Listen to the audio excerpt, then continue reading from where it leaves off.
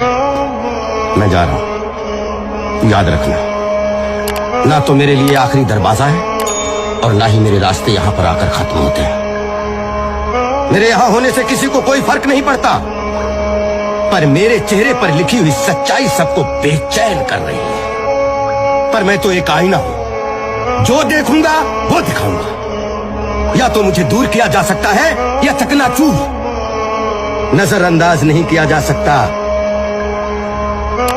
इस महामारी में कई लोगों ने अपनी जानें गंवाई हैं। मैं अगर जिंदा हूं तो मुझे जिंदा रखा गया है अपने सपनों को पूरा करने के लिए, पहचान बनाने का जुनून, आगे बढ़ने का हौसला और दुनिया का सामना करने की ताकत, ये मेरे वजूद का हिस्सा है।